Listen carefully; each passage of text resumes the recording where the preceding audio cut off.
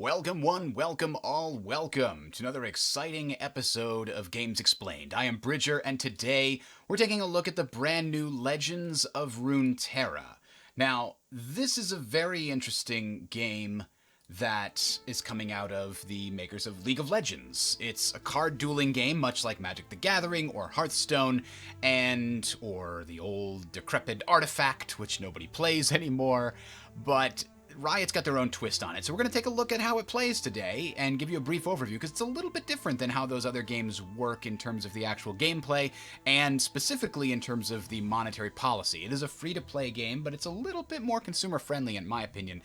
Maybe a lot more consumer-friendly than, say, Artifact or Hearthstone. We'll have to see how you feel about it, but first let's dive in and see how the actual game plays. I've got a setup here going against the AI, so we don't have to worry about turn timers that we would normally against other players. But let's start by looking at the main gameplay loop. Like most of these games, the goal is to bring your opponent's Nexus health, whatever, summoner health, down to 0. And both sides start with 20.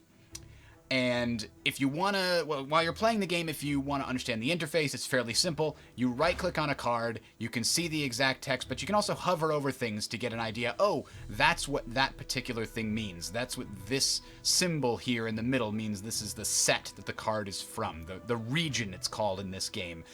It's like a color in Magic. So and they're not perfectly analogous, but one of the regions is kind of like red. It's like an attack, aggressive region / deck. And you can make your deck out of a total of 2 regions, or a single region if you like. So another cool thing about this is the artwork in this game is absolutely insane.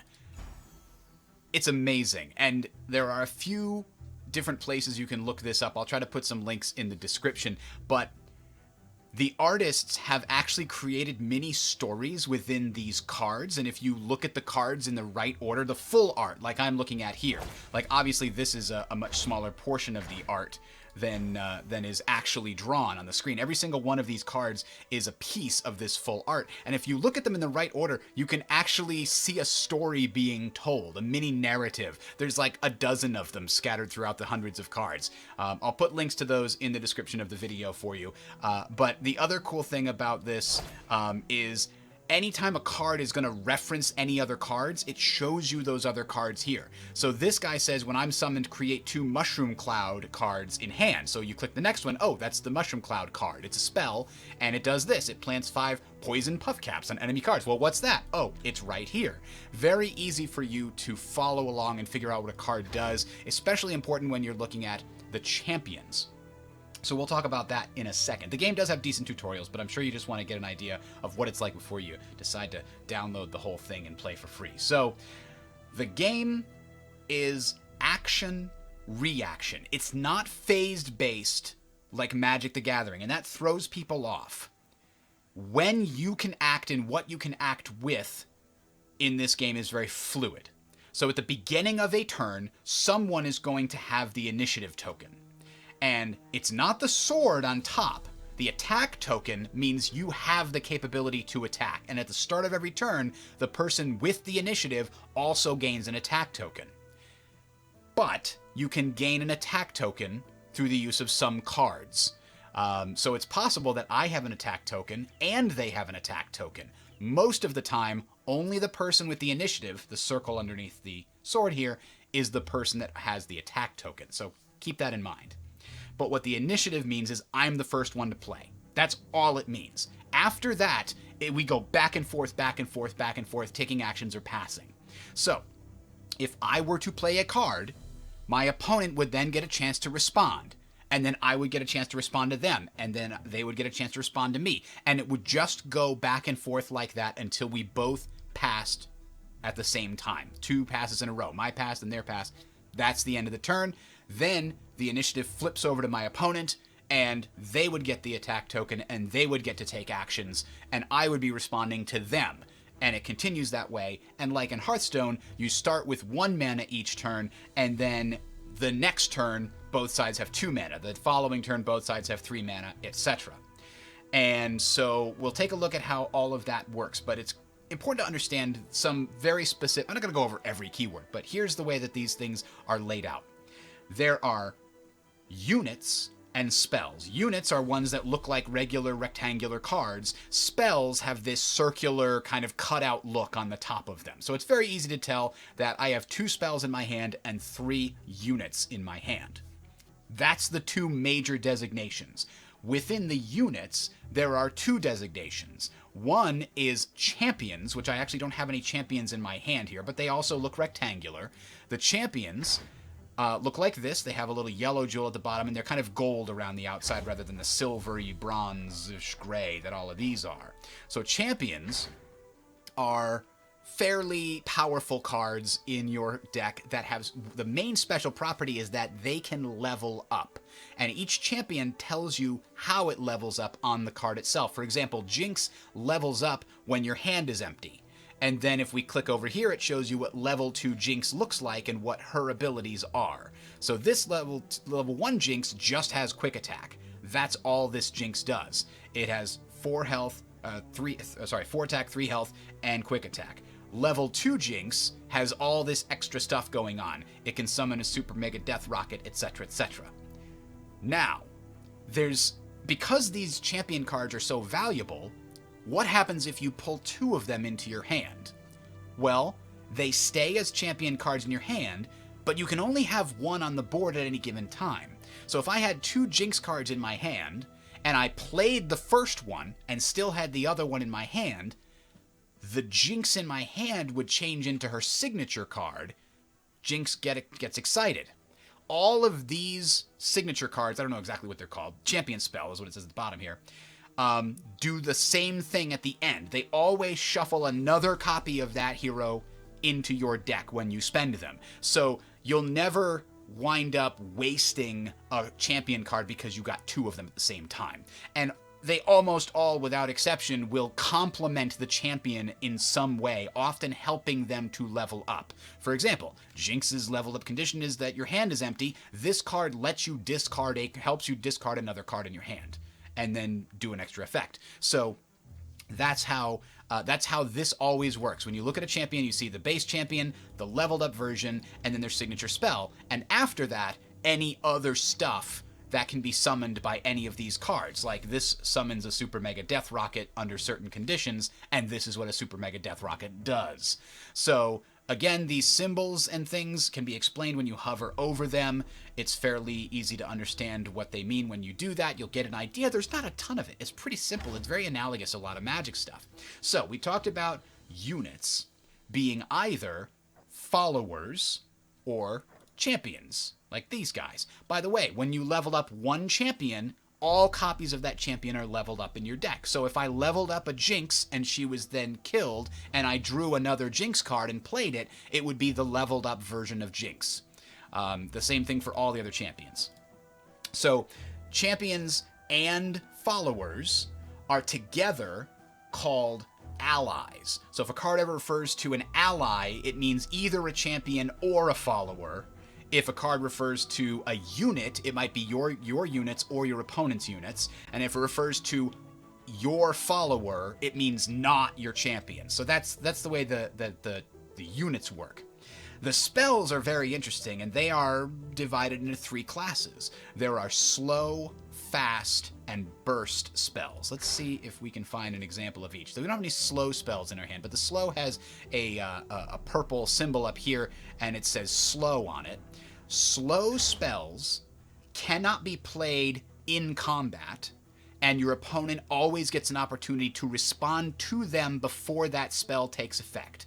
For example, if I had a spell that did 2 damage to my opponent's unit, which has 2 health, and I played the slow spell, and my opponent did nothing, it would kill that unit. But my opponent gets a chance to play a fast or a burst spell that gives that unit more bonus health. Then when my spell goes off, it doesn't kill the unit. The spell queue is a first in, last out queue. So if I were to play a spell, it would pop up here, and then my opponent would get a chance to respond. And then their spell would appear here, and then I would get a chance to respond to that spell, which would appear here, etc., etc., etc., building up this stack of spells. Then, when we're done trying to play or counterspell each other, it'll go back through the stack from most recently played back all the way to the first spell in that order left to right. That's very important to understand how these spells and things can interact with each other. Okay, so slow spells can't be used in combat, and they always allow your opponent to react to. So what are these other spells? Well, fast spells may be used in combat, and they always allow your opponent to respond. Burst spells can be used anytime you have the ability to play a card, so when you have the initiative, basically, when it's your turn to play, and the enemy can't react. So these are the most versatile, and they just go off instantly. So that's the 3 types of spells. Let's actually just start playing through the game, and we'll learn the rest of it. And I'm sorry that I always go long-winded on these things. So the first thing that happens is I've got the 1 mana, and I could play this card. This deck is all about discarding cards to get more stuff, but I don't currently have anything that's going to help me, so I am just going to play this spell. Which actually is a weird way to summon a unit. Normally you just play a unit from your hand, but this deck treats things weirdly. So you can see I've got a regular 1/1 unit here with no special stuff. Now my opponent had the option to respond. Actually, no, that was a burst spell, so they weren't given the option to respond. It's still my turn. So I now have the option to play other cards. Unfortunately, I don't have any other cards because I have no mana that can play these. So I can now choose to attack because I have the attack token. My opponent, if they had any units themselves, could block and choose which of my guys they're blocking with. Because they couldn't block, I was able to hit directly through to their Nexus. If they had had spells they could have played in the middle of that combat, they could have jumped in and killed my guy before he did the attack. There's a lot of interaction in this game. Here's another important way that this game works. They had 1 unspent mana at the end of the last turn, and now they have one of these little things glowing. This is spell mana. You can save up to 3 unspent mana, but that mana can only be used to power spells on future turns. You can't use it to summon units. Okay, so let's keep going. This isn't going to help us because the opponent has 3 health on his, so that's not going to kill it. But what we could do is play this. No, let's try this. We're going to pass and see what happens. We're going to save our mana. So they're going to attack. Here's what we'll do. We're going to block with this because we don't want them to take any damage to the Nexus. And your 1/1 guys are really only good for blocking and defending your Nexus. They're not good for killing things very much. Then I'm going to be sneaky, and I'm going to throw this in here. Target the enemy. So now the enemy's going to take 2 damage from my spell, and then they kill each other. So I've killed their stronger unit with my weaker unit plus a spell. So it's back to me. I've got the golden crush bot here, and I have the initiative. If I had units here, it would be to my advantage to attack immediately. Why is that? Because if I spend a turn summoning this unit instead of attacking, my opponent gets to respond to that summon by playing their own units or potentially slow spells, things they could not do if I had immediately attacked. But I don't have the opportunity to do that right now, so I'll just give them the chance to respond here. I've played the Golden Crush Bot. Luckily for me, the AI either does not have the proper cards to respond or does not want to, so we're going to attack here. They might be stuck with a lot of higher value cards, and we might see some big guys start to pop out soon when their mana gets higher. So they've actually got 3 spell mana. They could summon they could play a 7 mana spell right now. Now that auto passed for me. I technically had the option to respond to that spell because it was a slow spell. However, the game auto passed. I have in the options, and you can change this if you want to.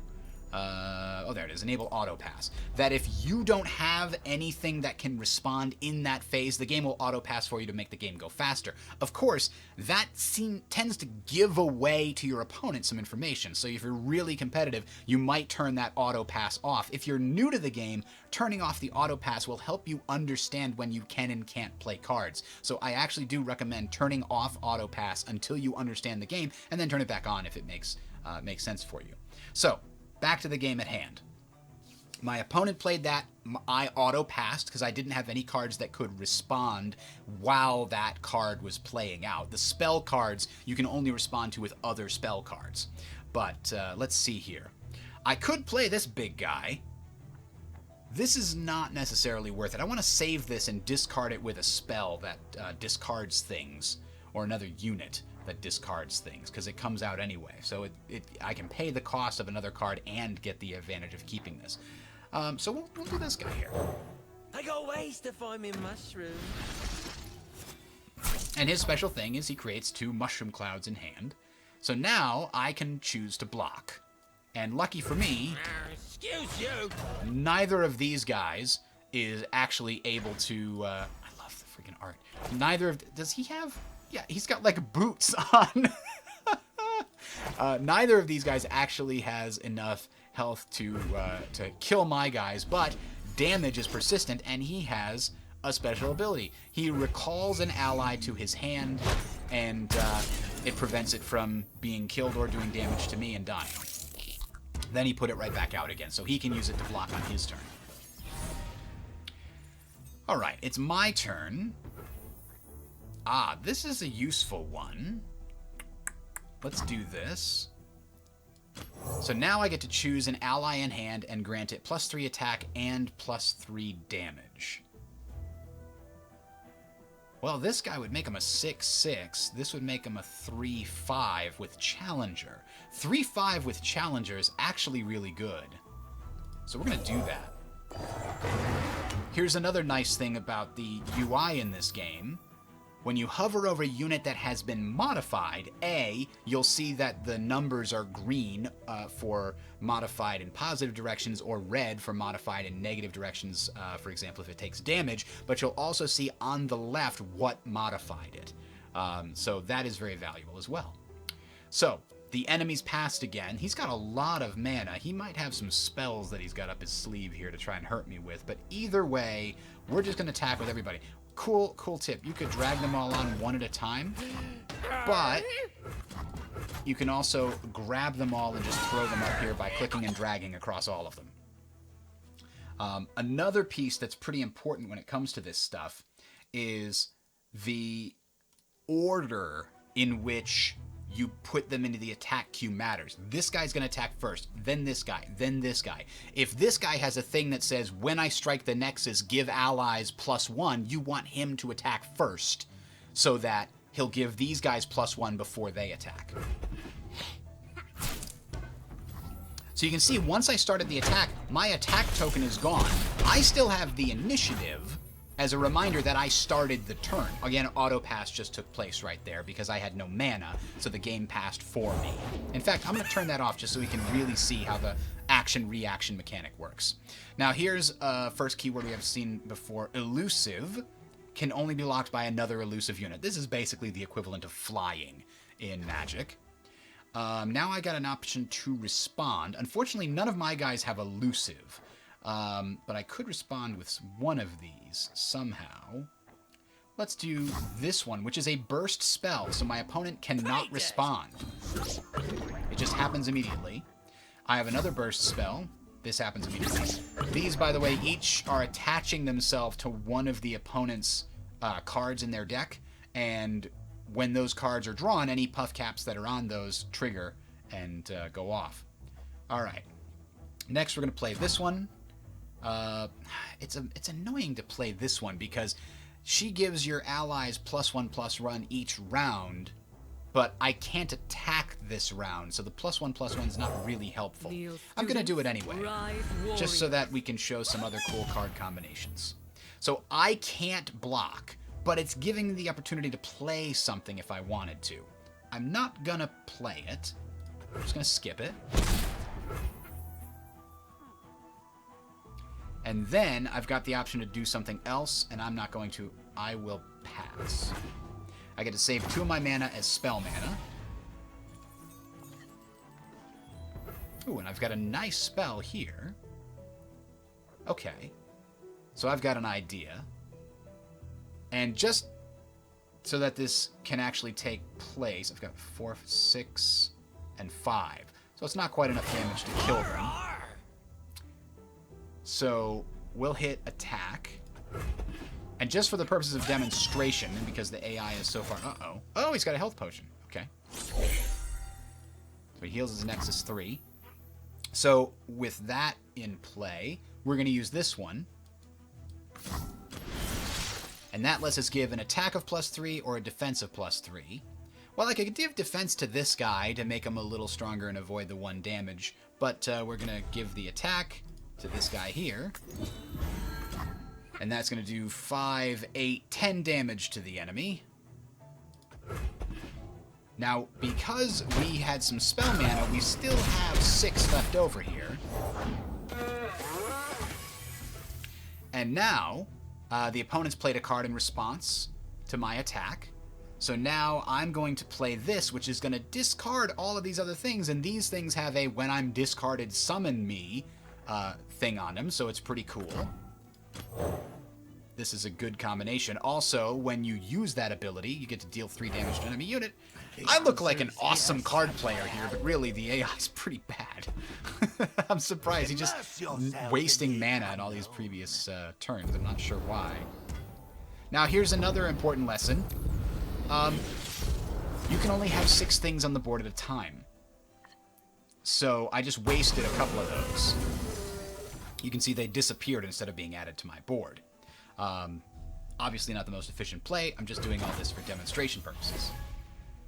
And now we're just going to try to finish him off so we can talk about more elements of the game, including how the free-to-play economy system works. Now, before... let's see... Deal 3 to anything? Yeah, let's do that. So we'll discard the Crush Bot, because we don't need a little 3-mana card when we're getting 8 mana a turn now. And we'll make that go away so my opponent can't attack with it. Now, I could have waited until he committed to an attack and then attacked with it. I could have saved my mana on it, but we'll wait. And then we'll just crush him. So this is a situation that I mentioned before where I don't want to give my opponent a chance to do anything, so I use my attack token right at the beginning of the turn so he doesn't get a chance to play units or... man, that was overkill. No units and no slow spells. Only fast and burst spells can respond to an opponent playing an attack. So here, now we get to talk a little bit about how the game's economy works. You are given some starting decks and starting cards when you first create your account and go through the tutorials. You can earn new cards and create new decks with those new cards in 2 ways. The first way is called region rewards. When you first start the game, you'll have a region that's called the Prologue region, which will get you a bunch of starting chests and capsules and things, and you'll get some cards out of that. After you're done with the Prologue region, you'll choose a region to prioritize and put all your XP into. And every time you play a game and earn XP, it will add your XP into that region and into your vault. So it didn't split this up and put it in between. It added 100 to each of them. So that's always the case. At the end of every match, any XP you've gained goes into both of these. And your region will grant you cards from that particular region in the game. Remember, regions are like mana colors in Magic the Gathering. So this one is equivalent to like blue, I think, or something like that. So this would be like saying, oh, I'm going to get a chest of mostly blue cards, as an example. And then your vault is a reward that unlocks once per week, and as you play, you level it up so that it gives you more and better rewards. Now, what comes out of these chests and things? Let's go talk about that. I found these results. No, Google. We don't care. All right, so let's take a quick look at the region rewards thing. So here's the region that I chose. I chose the Piltover and Zaun region because I like the cards that are in it. And so I've gotten a bunch of these things already. I've unlocked a whole bunch of these things just over the last 2 days of playing this. And you can see here's a champion capsule, an epic capsule. There's so much more for me to unlock in this region. In addition, so there's actually 20 of them in each region. And as you go up, of course, it takes a little bit more XP to unlock the next one. In addition, I could always change to a different region and start earning cards from that region instead. Here's the Demacia region, which is like the white color in Magic, the closest analog anyway. Here's the Freljord region. Here's the Ionia region, etc., etc., etc. So I can choose instead to do a different region at any time. So if I was like, well, okay, I've gotten enough cards out of the Piltover and Zon region, I can choose and go start unlocking the Freljord so I can make a deck composed of those two things. My choice, how that works. And we can go back here and we can see that the weekly vault status is right here, unlocks on Tuesday, and it has 13 total levels, and I've already achieved level 7. Finally, how do you get XP? Well, you get more XP for doing player versus player matches. I only got 100 from that AI match, and if you play player versus player matches, you instead get 200 per match. You also get a bonus of XP for your first 3 wins of the day. The first win gives you 400 XP, the second win gets you 200, and the third one gets you 300. So if you play for like an hour, maybe 90 minutes a day, you will get a lot of bonus XP from just those 3 wins of the day. In addition, every day you'll be given new daily quests, usually 3 of them, and they can give you a ton of XP, which, again, every time you finish one of these applies to both your current region and your vault. So, that's how you earn XP. I should also say that the PvP, all of these things start to trail off their base rewards. You get diminishing returns after your 10th win. So you get 200 XP against another player for your first 10 wins, then you start going down to 150 per win. And then when you get to 20 wins, it drops again. And when you get to 30 wins, you just don't get any more XP for winning or losing. So if you play more than 60 games a day, you stop getting more XP. And a lot of people, well, a minority of people that are very loud, got very angry at this. But that's like 9 hours straight, and it's kind of an insane thing. So that's how the XP system works. That's how you earn XP, and that's what do you get when you unlock these reward boxes and things. Well, you sometimes will just get specific cards added to your group. You can see how many I don't own. Ideally, you want a complete collection, rather, would be 3 cards of every card in the game, because you can never have more than 3 of any given card in your deck. While we're talking about that, let's take a look at the restrictions. As I mentioned before, decks can have at most 2 regions, but can have as few as 1. And you see, I'm just showing the regions for the specific deck that I've created here. You can also filter by how much mana. Well, I need, let's see, anything that is in the 3, 4, and 5 range. I need more middle mana. That's easier. You can clear the filters, whatever. So, and then you've got the little mana curve here. You can see how many units and spells you have. The deck builder's pretty good. But you can have at maximum 5 champion cards and 40 total cards. You must have 40 total cards. And your champions, you could have 3 and 3 and have 2 champions that are concentrated. That's probably the most common optimal deck that you're going to see. Because remember, if you have multiple copies of a champion in your hand, the champion converts into a spell that complements the champion and shuffles that champion back into your deck for the future as well. So you usually want 3 copies of 2 champions in your deck, but you could have as many as 1 copy of 6 different champions. It's fairly flexible. So that is really the only restrictions on the game. 3 copies per card, total of 6 champion cards, and must have exactly 40 cards in order to make the deck playable. Okay, so that's how the card decks work. You could get just decks, cards from your rewards. You may also get shards. And shards, let's show unowned here. Actually, so I've got 1 Shen, but if I right-click on this, I could buy another Shen. And one of the things you can get from your reward boxes is shards. And shards are basically like the currency that lets you buy any card you want. Champions, however, cost 3,000, and more rare cards cost more, but let's go here. So I think she's, is this rare? No, this is common. common cards only cost 100. So right now I could afford 7 common cards if I wanted.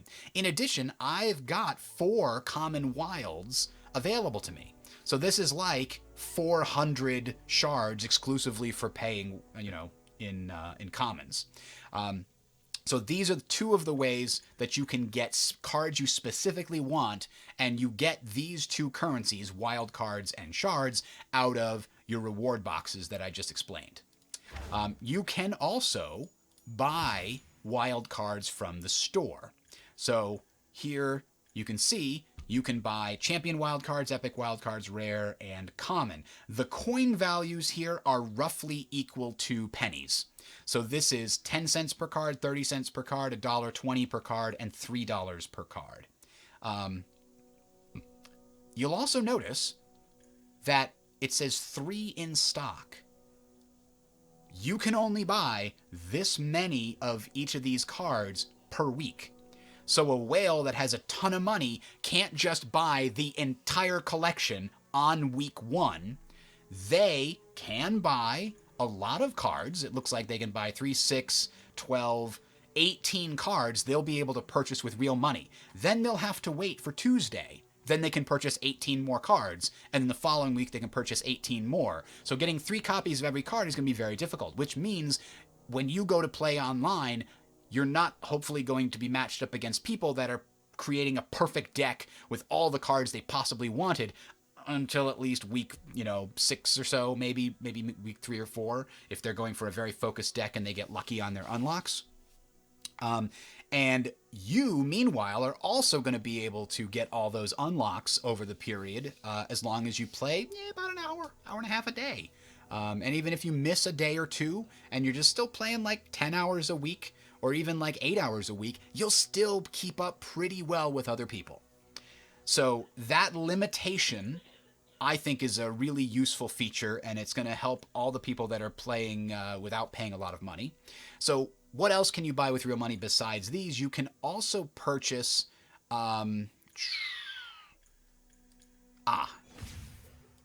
Here we go. Boards. So you can customize how your board looks, and it'll only change your half of the board, I believe.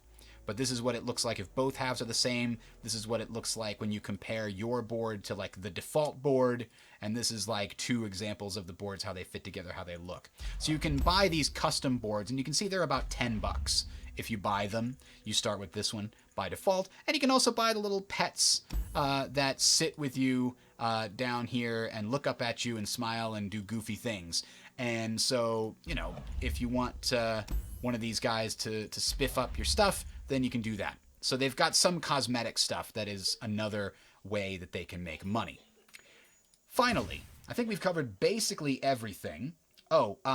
When you do unlock cards and stuff from these chests, if you ever get a duplicate, a 4th copy of a card, which is unusable because you can't put more than 3 copies of any given card into your deck. When you get a 4th copy of an epic or a champion card, the 2 highest rarities, then that will automatically turn into another epic or champion, respectively, that you don't already have. So that duplicate is not worrying.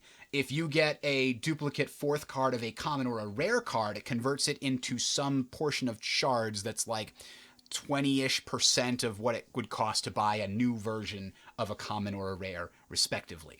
So it's okay. It's pretty good, especially the fact that with the higher level ones, you get a full value back if you get a duplicate. So that's how those work. Now, the last thing we're going to talk about is expeditions, because this is the draft mode in this game, and it's really pretty cool. Hold on one sec.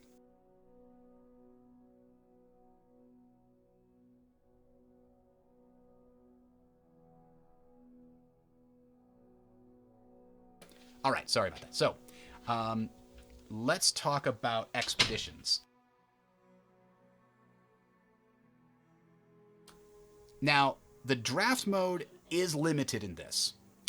The way that it works is you will have to pay to do the expedition, but the expedition, the draft mode, gives very good rewards at the end of it. You are guaranteed to get a champion, no matter what, And remember, you can't get duplicates. It will always give you a champion you don't currently have. And if you really maxed out and gotten every single champion in the game, then it will give you a bunch of shards that you can use to maybe purchase stuff in the next set when they release it. So here's how you can spend it. You can spend $3, 3,000 shards, or 1 expedition token.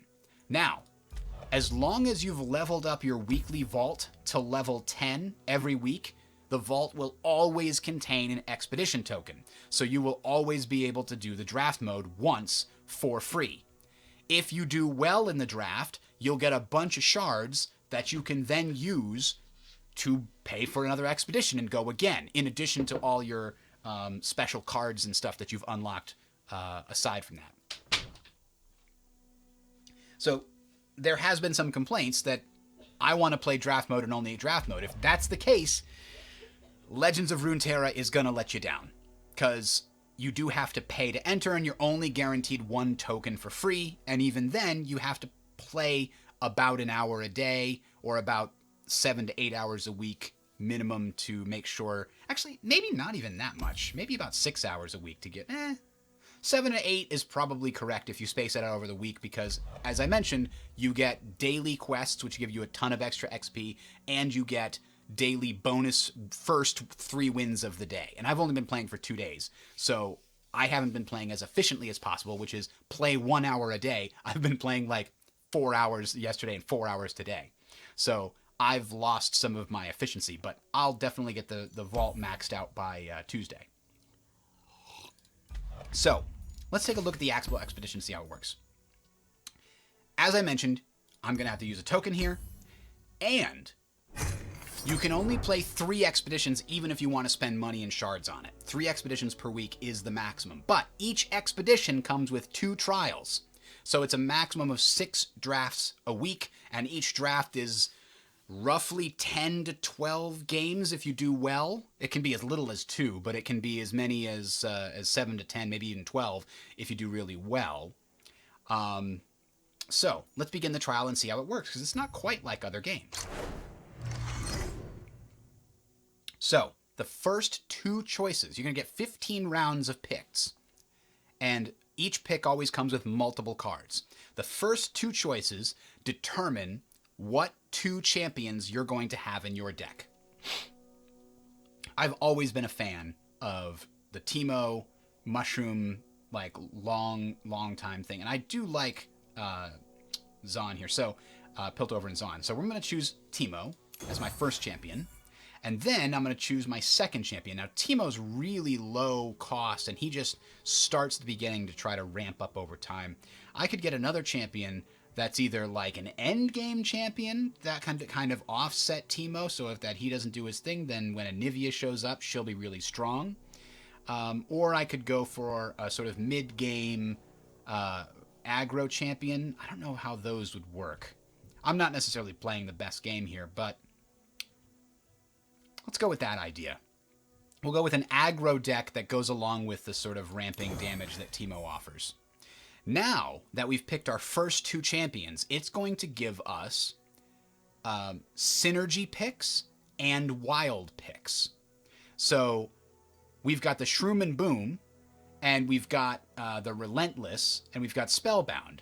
And Spellbound is a class that contains a bunch of different cards, and it's randomly picking 2 from the Spellbound list and putting them here for us. And it's randomly picking 2 from the Relentless list and putting them here for us. And remember that these lists can overlap. Like Might could be in multiple things. So can Amateur Aeronaut might be in multiple different categories. So it could show up in other things. This is a synergy pick. So the game system thinks that these 3 categories will synergize with at least one of the first 2 sets of cards that I've picked. And let's see. This one, it's odd that they put Shroom and Boom in here, but these are like quick early attacks. I'm going to go with this one. The explosive power of nature and technology. Yeah. And by the way, in the draft, you're actually able to get more than 2 regions into your deck. See, it's offering us Demacian here. And that means that I think you can have a maximum of 3 regions in this. And we'll have opportunities to get more copies of our champion in a second here. But let's see. This one's great. For Demacia is an amazing card. Gives all your allies +3/+3. This is good if you're going to have a lot of, like, 6 guys out on the board at the same time. Stun an enemy. That one's useful, but only really on the attack because it's slow. You can't use it to react. I'm going to pull up the chat here in case anybody's saying anything, just to make sure. All right. Nobody's saying anything. That's fine. That's fine. All right. So, let's see. We also have to keep in mind our mana curve here. Any of these games, you want to be careful with that.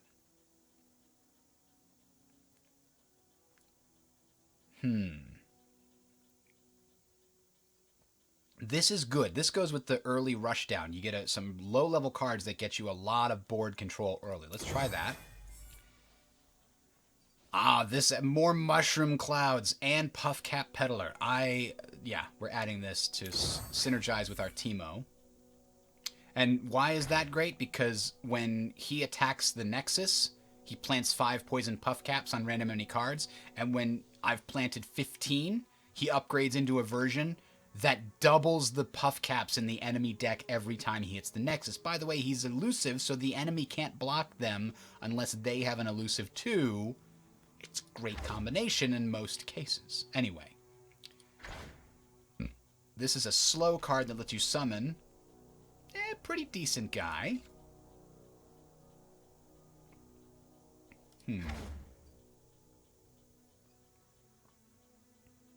Challenger is a useful ability. Ooh, and his health. Oh, that's kind of a cool ability. But it doesn't really fit our system over here. Discard 1 to deal 1 to anything. Well, I haven't picked anything that's really good by being discarded, so I'm hesitant to do this because it'll force me to discard something I might otherwise want to use. Running out of cards, unless you build a deck around it, is pretty bad. So we're going to look at this one here.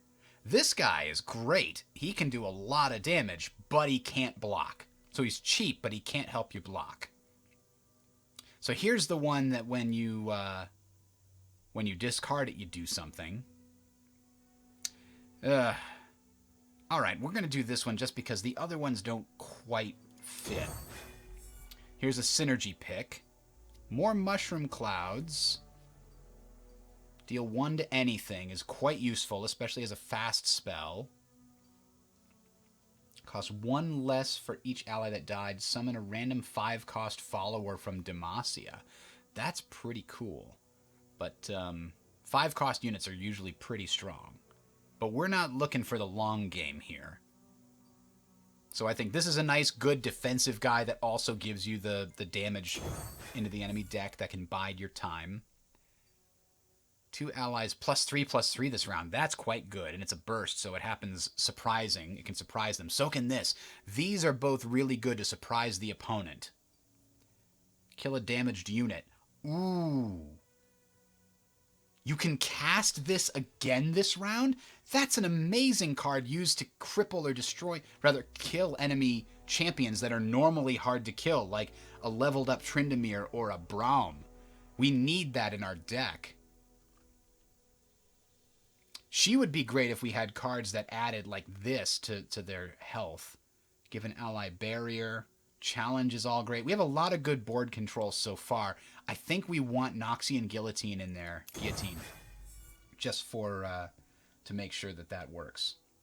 Okay. Sump Snipe Scavenger.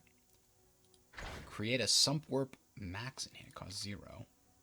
Ooh, grant an ally elusive is kind of interesting. So he is a 4/3 that also lets you cast this spell after. This one is amazing. It's also a good anti-hard-to-kill thing, because by the time you get later in the game, you can get this to just do 8 or 9 direct damage to a unit. No chance to really save it a lot of the time. I mean, it's a slow spell, so the enemy can respond, but hard to respond to it. Deal 1 to an allied follower. If it survives, create a copy of it in hand. This is great if we had some high-cost, big, bad units that we were going to play.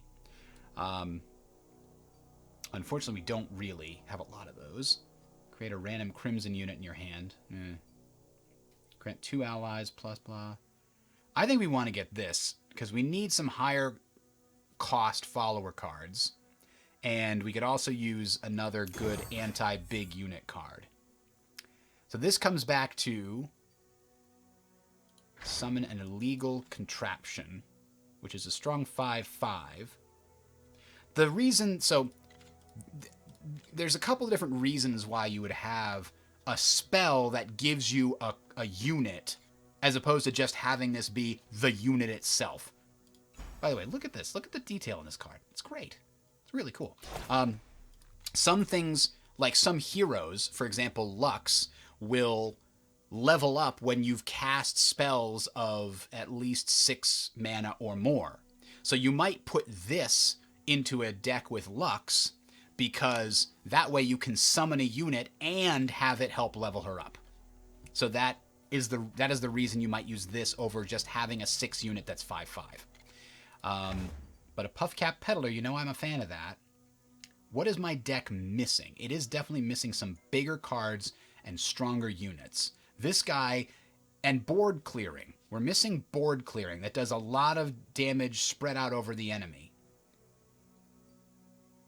We do have a lot of cost 1 cards. So let's get this guy for the 1 to all enemy units. Because if you're fighting against a deck that summons a bunch of 1/1s, it can be really difficult and annoying. This is all about discarding your hand and drawing 3. Well, this lets you draw a new card, which is great. I like using this guy as... If you don't have a deck built around discards, this guy is still good because you can just wait until he's the last thing in your hand, then play him and draw 3, which is very valuable because if you run out of cards towards the end of the game, you can be in trouble. When you cast a spell, grant me 1/1. Yeah, I think we're going to pick that guy because A, as we mentioned, we need some higher, stronger guys. This guy's only a 3/3, but he lets us do 3 damage to an enemy unit and draw 3 more cards. I need that cycling in there. It's not the best cycling, but it's the one I had available. And this is about the Dauntless Vanguard. It's only a 3/3. I need some bigger, like, game-ending things here. Or good defensive things also. Create a Mushroom Cloud, 2 Mushroom Clouds. Jury Rig is kind of meh. I would like Chub Wump and Clump of Wumps. This is another one where it's like, look how much more art there is to this. But you're only seeing this thing with him carrying. Like, these guys are hopped up on the mushrooms. Alright. Draw a unit if an ally died this round. This is another one that cycles stuff out of our deck. That's good. But this goes right into our make them die when they draw cards strategy. So we got 3 more picks here, 13, 14, 15. We're looking for some bigger stuff, 4s, 5s, and 6s. Ooh, okay. That's one we need. Yep. Okay. Deal 1 to all of their allies, though. That guy sucks. Not sucks, but there are some things that killing your allies is good. Our deck isn't built around that. But if we get all our guys killed as a result of attacking and, trading with the enemy, we could summon him first, and that doesn't do too much. So he's a cheap 5/5. That's why he deals damage to your allies. But we're taking this just to shore up our higher mana stuff. Here we go. Bright Steel Formation, this is a game ender. A 9/9 that gives all allies barrier. That can help clear the board if you've... Oh, Detain is fantastic. It can let you capture an enemy champion, which is amazing. Capturing means that the card is removed from the game, but you have a specific unit do the capturing. If that unit dies, the captured unit is freed and returned to the board. But Detain is another great way to take care of situations where you've got where you're running out of options to deal with the biggest, baddest enemy units. I think we're going to take that for that reason. And because Bright Steel Formation is a nice game ender. Okay, so we've got our deck. It's actually only 30 cards, as we play through the draft, we will gain more cards. We'll get more opportunities to get card picks until we get to 40. Let's see. We now have the opportunity to swap. Kind of like that one, but do I like this one better?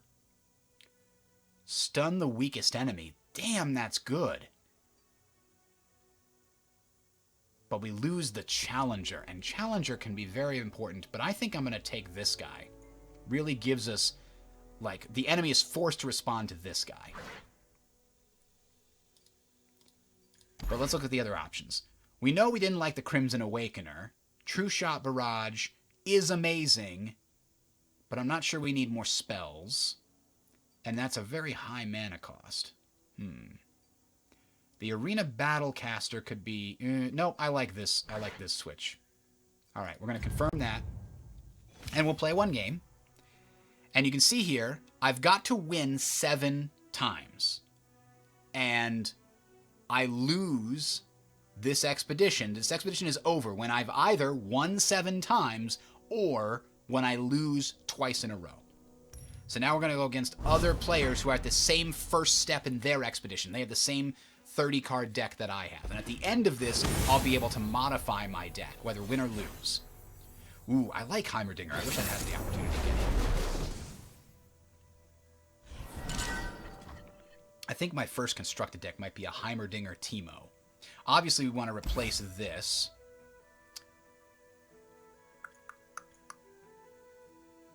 I'm going to get rid of this one, too, and I hope we can get some slightly smaller... Okay. That works. Waiting on the enemy here. I can remind us, Karma actually doesn't level up until we've gotten to 10 maximum mana, so after 10 turns. And when she does level up, she goes from 4-3 to 5-4, but she gets to double cast spells. That's crazy. All right. On my turn, oh, this is brilliant. Getting Teemo on the first turn when I've only got 1 copy of him in my deck. That's amazing. And, I don't have the attack token, so that's the only thing. The opponent didn't have any one cost things that they wanted to play, so they passed immediately. Okay. I don't have to attack immediately because it's very unlikely that they have an elusive card in their hand. But do I want to do anything else first? Yeah, let's put him out. Then I can attack with both of them. What did you find today? Let's see if they've got something to block my Clump of Wumps guy.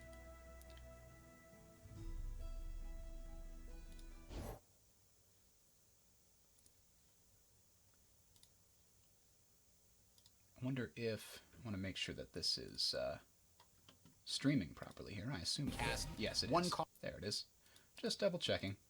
I haven't seen anybody say anything, and I wanted to make sure that my stream was working. Okay, so they played this. So I can only really attack safely with Teemo, because he's elusive. And that's what we'll do.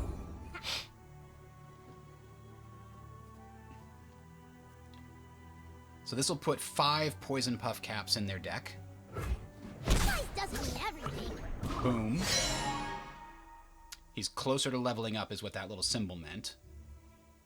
And you can see the progress right there, 5 of 15. I can then cast these 2 things next turn and he'll level up, which is pretty good. Because that makes him a 2-2 instead of a 1-1. Think they can see me? Harder for her to kill.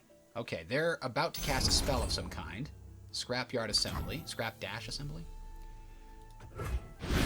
They're taking a long time. They might be new. Which could give us an edge. Guess we'll find out. But they're going to be on offense next turn, so I might prioritize the ability to survive over playing these Mushroom Clouds. I can play those the following turn when Teemo's attacking. Oh, I'm sorry. I don't have auto pass on. That's my mistake. Let's turn that back on. I don't mind giving away the thing. It just makes the whole play a little bit smoother for me, so.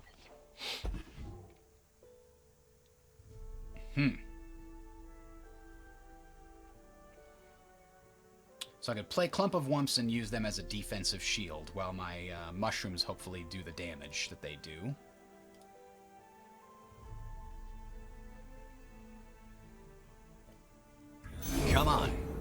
of our past are seeds for our future. When I'm summoned, grant allies +1/+1 in hand. Ooh, so all their hand cards just got better. So they haven't attacked. They chose not to attack, which gives me the opportunity to play Clump of Wumps. But if I do, I'm giving up the ability to do any of these other things. Summon a Dauntless Vanguard. Actually, that's a better choice, because that one can actually win a trade against the Eager Apprentice.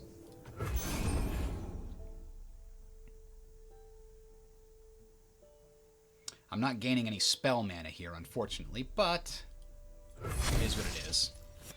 So now if they attack, I can block with these two guys and not lose the trade. I can also use these later, but these are tempting to use just to kill enemy units, but you're going to want them later when a hero is only 2 from death and they have some other way to prevent you from killing them. Like they're elusive or they're quick attack or whatever. I still have some fire. Alright, so now we're going to get a chance to block here. Huh. Why would you not attack with everybody? Specifically this guy. Face me! Okay, so we're going to take 1 damage, and that's okay.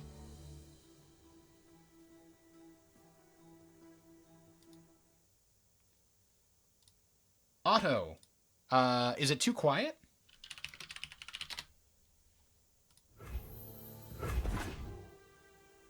Or is the game noise too loud? Alright. So now's the situation where we want to... If we attack with these guys, they're just going to get killed by weaker dudes, and we don't want to make that happen. So instead, I'm just going to attack with Teemo before he gets a chance to respond. And I'm also going to do this at the same time. These are burst spells, so the opponent can't respond to me. And they're going to level Teemo up before he actually does the attack. So now he doubles the poison puff caps in the enemy's deck, of which there are 15. Hey, now there are 30. Well, as soon as the opponent determines they can't respond. I hope they can't respond. Yeah, boom! He's now got 30 damage in his deck somehow, and I only need to get 17 on his Nexus.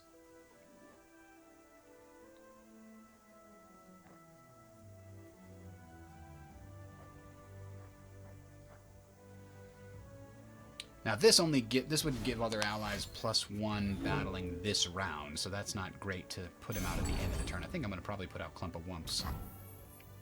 Oh, he's going to force me to recall it. Well, that jerk. Well, I can't counter that. But I can put him back out. Yeah. Although, arguably, I should have waited until I got the attack token back. He's vulnerable when he's out there. Yeah, that was kind of a mistake to put him back out at the moment. I could have put him out and attacked. I could have put him out at the end of the last, of the end of this round after his attacks. So that's too bad. So we'll probably use this to kill her. And see, it's a fast spell, so we can use it after they declare an attack if they need to, if we need to.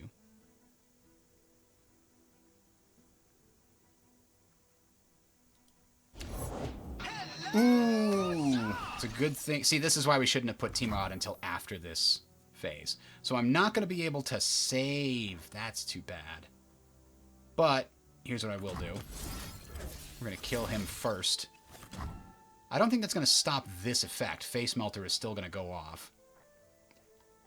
Should we also do this now? No. Let's surprise them when they go to attack. They've used all their mana. I've still got some. That's just sleeping, right? Luckily, he's not going to be able to knock Teemo out before Teemo attacks, probably. Because he has no spell mana now, and he won't have the opportunity to play any slow spells. Oh, it's me again. Oh, it is a I'm only playing him as a blocker for these guys here. Who would trespass here? Ooh. Bony hands strike Shouldn't have hard. played him, though. I was going to save the mana and use that.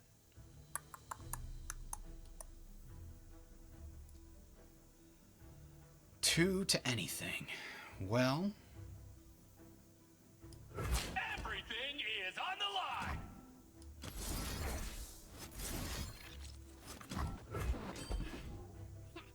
We'll trade. We'll knock out 2 of his guys. That's gotta stay. And then Teemo will double the number from 29 to 58. Might actually be more if, yeah.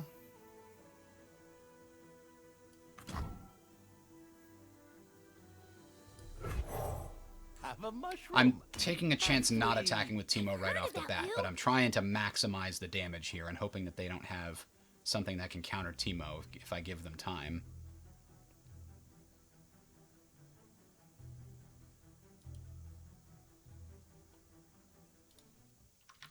Let's just double check here. Somebody said it was too quiet.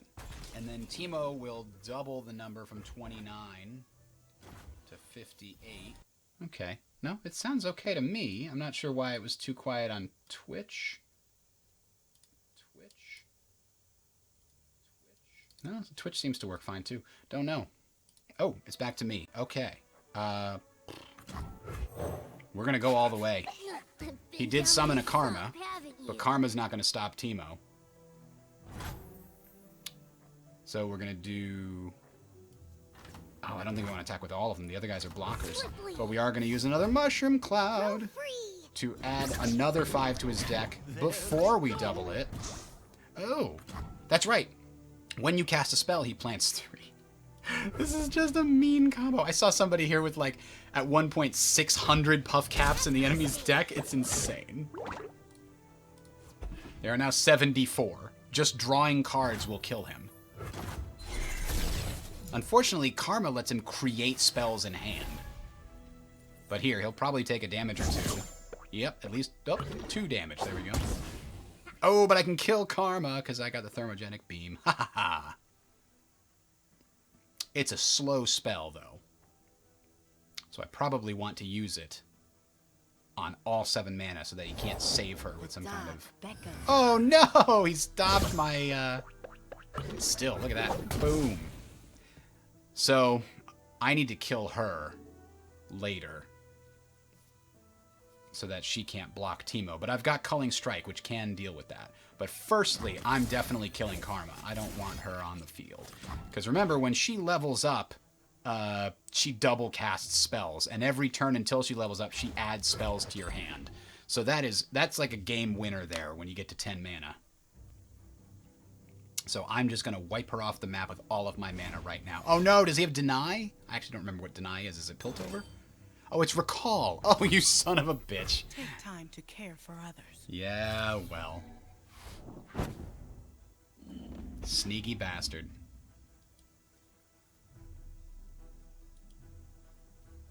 The other way that you can defeat Teemo, by the way, is if they had a challenger, character with challenger as the keyword, they could attack and force Teemo to defend, which would kill him. Almost every time. He's really weak compared to other characters. So, yeah. Night falls. Yeah, well, you know I can't block that, don't you?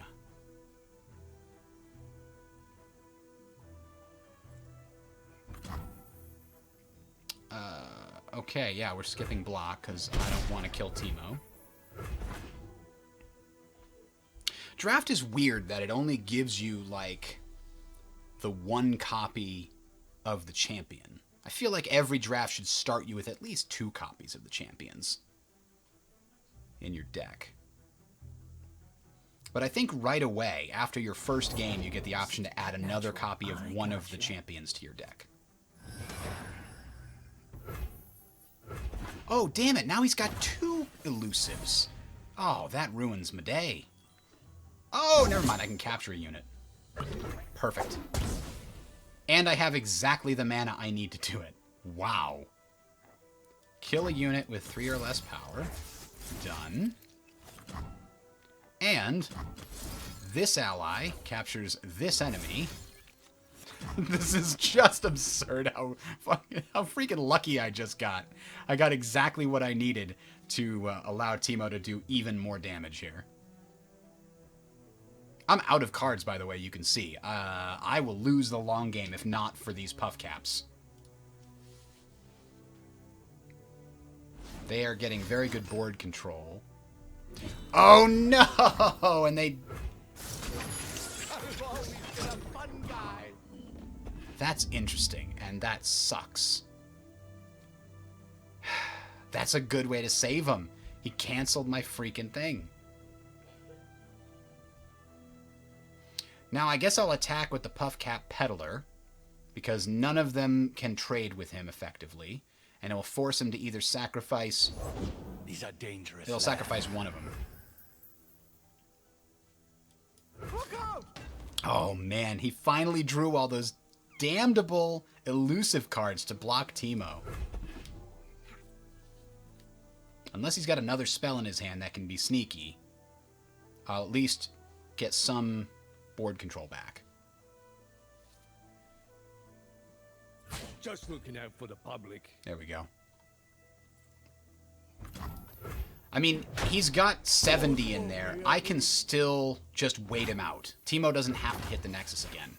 I was lucky enough to get it early when he didn't have elusive guys. Hey, I won!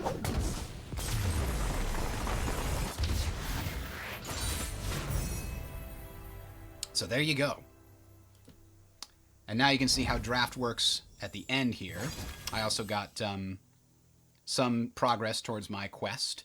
Now, in expeditions, you get a flat 100 XP for wins, 50 for losses, I think. But at the end of the expedition, you get a ton of bonus XP based on how many matches you won.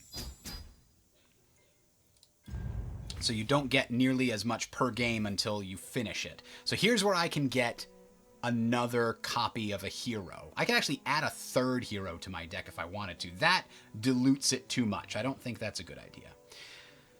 I mean, I did get so many of those Puff Cap cards. I think getting a second Teemo is my best bet.